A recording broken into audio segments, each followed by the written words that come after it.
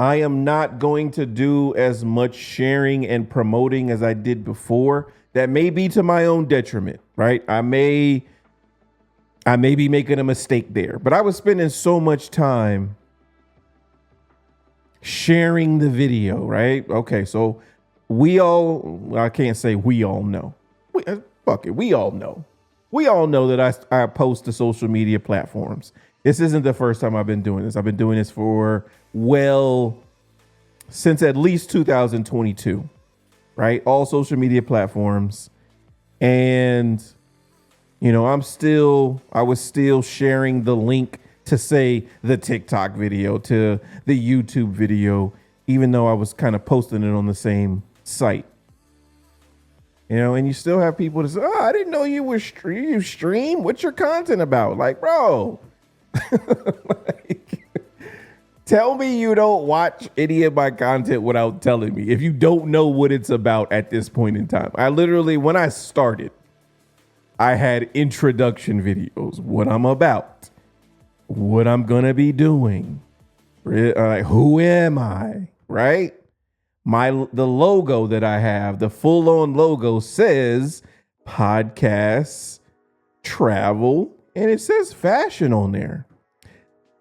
My logo is my, what do you call it? What do you call those things? Avatar, I guess, for everything except for Facebook. Facebook is me. But Facebook gets a lot of what they get the most of what I post anyway, because it's easier. Facebook is a catch-all crowd. It's short videos, it's posts, it's stories. Instagram is still, to me, pictures and some story stuff too, but it's mostly pictures, right? People want to see you on yachts and in Mykonos and stuff like that. They want to see you out and traveling. They want to see you dressed up. I don't believe in the reels on Instagram. I know it works for some people. It never really worked for me. It's hit or miss. Of course, TikTok is short form content. I don't like posting pictures on TikTok. For me, it doesn't hit the same. That's what I feel Instagram is for. If I want to post pictures. And obviously YouTube is for videos. So I feel like I can post pictures, I can post reels, I can actually post, funny shit that I wouldn't post anywhere else, like the whole Spartan thing, the baby thing fighting the badger or red panda, whatever the fuck that was. So like Facebook gets all that. But I still have people just, "Hey, what's your content about?" Like, what? Like, come on, man. Like, come on. If you wanted to just scroll for 2 seconds on anything, you would see what it's about. You know what I'm saying? Like, that just shows that you're not interested in it, which is cool, but don't pull my fucking strings like you are when you're really not. "Oh, how's the content going?" You don't have to ask me how's it going. Go look at it. I mean, and you judge. What does that question even mean? How is the content creation going? It's not hard to create content. It's hard to build a community, and it's hard to sustain it and grow from it and to get sponsorships from it. I'm not there yet. So is that to say that it's going bad? I don't know. Are you basing it on views? Are you basing it on a following? I don't know. But the point of the matter is you can go look. It's there. So yeah, content creator problems right at the moment. And then, like I said last week, I don't expect a comment. I don't expect a like, comment, and share on all posts, right? All of my posts are not for everyone. There's a little bit of every person following me, and I want to appeal to a little bit of everybody, right? Everyone follows the content for a different reason. I get that. I understand that. But I'm a multifaceted person. I like different shit. So I'm going to be posting different things. And, sometimes you open people's eyes to, "I didn't know you were into that. I didn't know you liked that. I didn't know you do that. How do you do that? I didn't know you could do that." And that's what it's all about, right? It's just sharing. So if you are a fanatic, of course you're going to be liking and commenting and viewing everything, right? You're gonna, oh, I like CSI, so I'm gonna catch every episode and I'm gonna tape it when it doesn't come on. I mean, when I'm unable to watch it, right? So people are invested in things. So I know that it's possible. But to see a post, someone new, to see a post, or someone old, it doesn't matter who it is, to see one of my posts not hit the like button, not comment, but to send me a message about it, inquiring how I do it, where did I, get that idea, or an idea you have for me, is crazy work. It's crazy. It's crazy work. Like, at least have the audacity to hit the like button if you like it. And then you're going to say, I like that. How did you do that? I can't tell you like that because I didn't see a like on that, on that content. But you expect me to respond to you. That is the shit I was talking about last week. Like, I'm not doing that anymore. I am not responding to that type of stuff because why? If you follow Bad Bunny, he's not responding to your comments like that. Right? And I'm pretty sure you're liking and commenting on all his stuff. So you're not liking and commenting on none of my stuff, but you expect a response. I'm not doing that. If you don't support what I'm doing, then have a good day. That's fine. I'm not asking you to because I know everybody can. Right? You make a choice of who you want to support.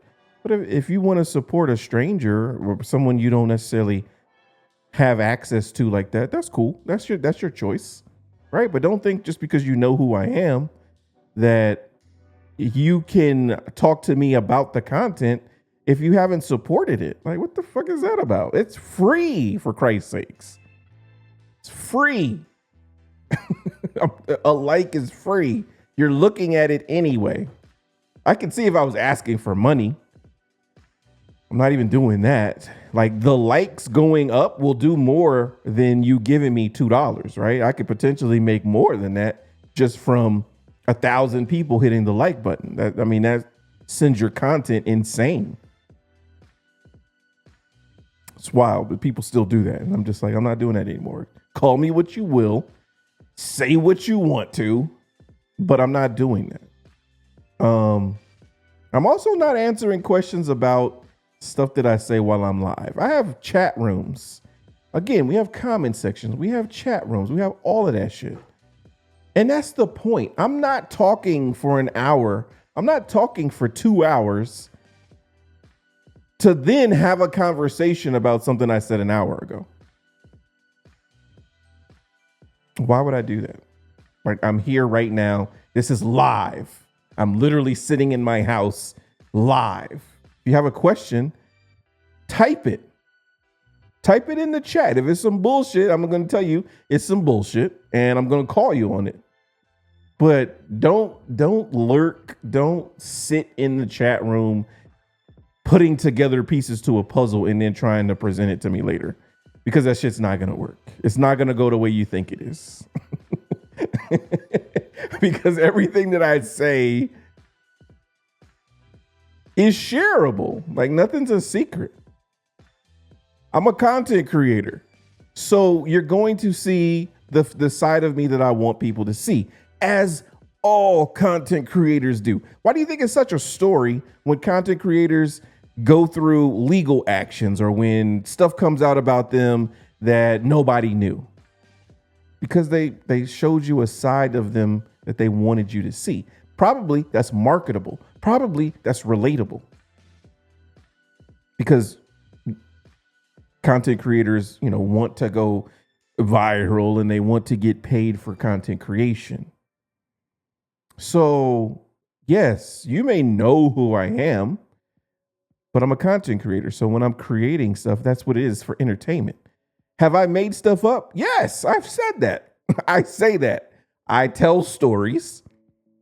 They could be 100% true, like with no embellishment. It could be embellished. And it could be completely made up It's for entertainment purposes. It's a story that I'm telling. It's not hurting anyone, right? So if you want to, I know him, so I'm putting everything in my mental Rolodex to bring up later because, I have a question about this. Well, I didn't know this happened. I didn't know this happened. Probably because it didn't. Probably because I made it up. But I'm not going to tell you I made it up. You know what I'm saying? Like that's the mark of a good storyteller. Hey, is that shit real? Like, did you really? Cause I don't know. Did I? Did I really? People have a different persona, right? When they're at work versus when they're at home. This is my job now, it's content creation. So once the camera's cut off, you may get a different side of me. You may see things that you don't necessarily see when I'm live streaming. People tell me that all the time. People that know me is like, oh man, when you're live streaming, you XYZ. Yeah, because I'm trying to get to a certain point. The same reason when I go interview with Microsoft, I'm a team player, I don't get upset and, I do XYZ. We've all done that in an interview, right? We're the perfect worker when we're in an interview because we want to get to a certain point. When we go to work, we deal with a lot of shit that we wouldn't deal with in our personal life because we're trying to get to a certain point. That's what content creation is. I mean, some people use, Facebook and YouTube for personal stuff. They air personal drama. You see who they're with. You see who they're married to. You see all of their birthday celebrations. You see all of it. Some people use it that way. Other people use it for marketing purposes, for business purposes. People have to understand that. The way that you use social media may not be the way that I use it and vice versa. So, yeah, there's going to be certain things that I embellish to make it more interesting. The average life, the average day is boring as hell. Like we all know that. You wake up, you go to work, you do your job, and you come home. That's what content creators sell. They sell different types of lifestyles that you can now see because we can share different things that, oh, you were living in Honduras for 3 years. Yeah. Like this is some of the shit that I went through when I was living down there. Oh, you know what I'm saying? I stayed in an Airbnb when I was there. This is what it looked like because that's different from the norm. If I showed you my Truman Show on a daily basis, it's not interesting. That's not interesting. The reason why I'm going through year by year of my career is because some interesting things have happened to me. And I think people understand my attitude towards certain things, how I kind of feel about certain things. And if I tell you I don't like authority, I don't want to say I'm an anarchist, but I don't like to be told what to do. How did you stay in the military for 25 years? This is how. This is how. You can do it. You can not like authority, but still go to work every day and have a boss, right? It's not to say I don't like authority figures. It's all about how you use that authority. So, yeah, I mean, people have to understand that support looks different. And yes, people can be heavily vested. You have investors that hear a business idea and it's like, yo, I want to put millions into this business idea. I believe in it 100%. Then you have people that's like, oh, I don't think that business is going to be profitable, so I'm not going to fuck with it. And then you have people that's just like, oh, you started a business. Let me buy something. Let me support that way. Oh, you're having a function for your business. Oh, let me share that. So it's different ways that you can do that. But people act like, oh, I can't be invested in anything. No, I mean, that's cool. I guess people have an issue of propping up someone that they know, right? Helping someone that they know or that they feel is on their level advance. right? I don't want to be part of your advancement. I don't want to be, the shoulders that you stand on to advance.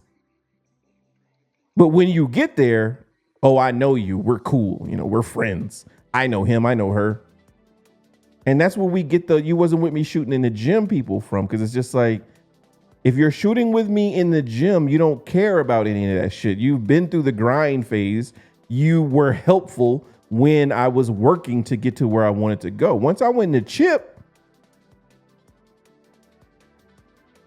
you can say you know me once I win the championship. I don't care about that. Yeah, you knew me when I was working my way up to get to that level too. What did you contribute during that part? Because that's the most important part. To me, it is. You can join in the success when everything is said and done. That's easy. It's easy to hitch your wagon to a winner, but it's hard to hitch your wagon to someone. I don't know if they're gonna make it. I don't know if they're going to win the chip. I don't know if I want to vouch for this person because they could fail, and I don't want to look like, I supported failure. You had belief in somebody. You know what I'm saying? There's nothing wrong with that. And that's kind of where when you hear these stories of people who made it or overcame adversity, it's about the people who were there when you were doing that, when you were overcoming the adversity. Now that the camera crews are here and I've reached 1 million followers and you see me on TV, yeah, it's easy to support because now the group is supporting me. So it's easier to just fall in line. Oh, this group of people is walking this way. Let me just walk into this group. It's easy to now blend in. But when I'm walking that opposite direction and everyone's looking at me like, who the fuck is this? Like, what is this guy doing? Are you walking with me then? Or are you kind of holding your distance off until I gain some traction? Because you don't want to be sorted out as, oh, you're supporting him. Okay. So when he fails, you're a failure too. No, that's crazy. That's crazy.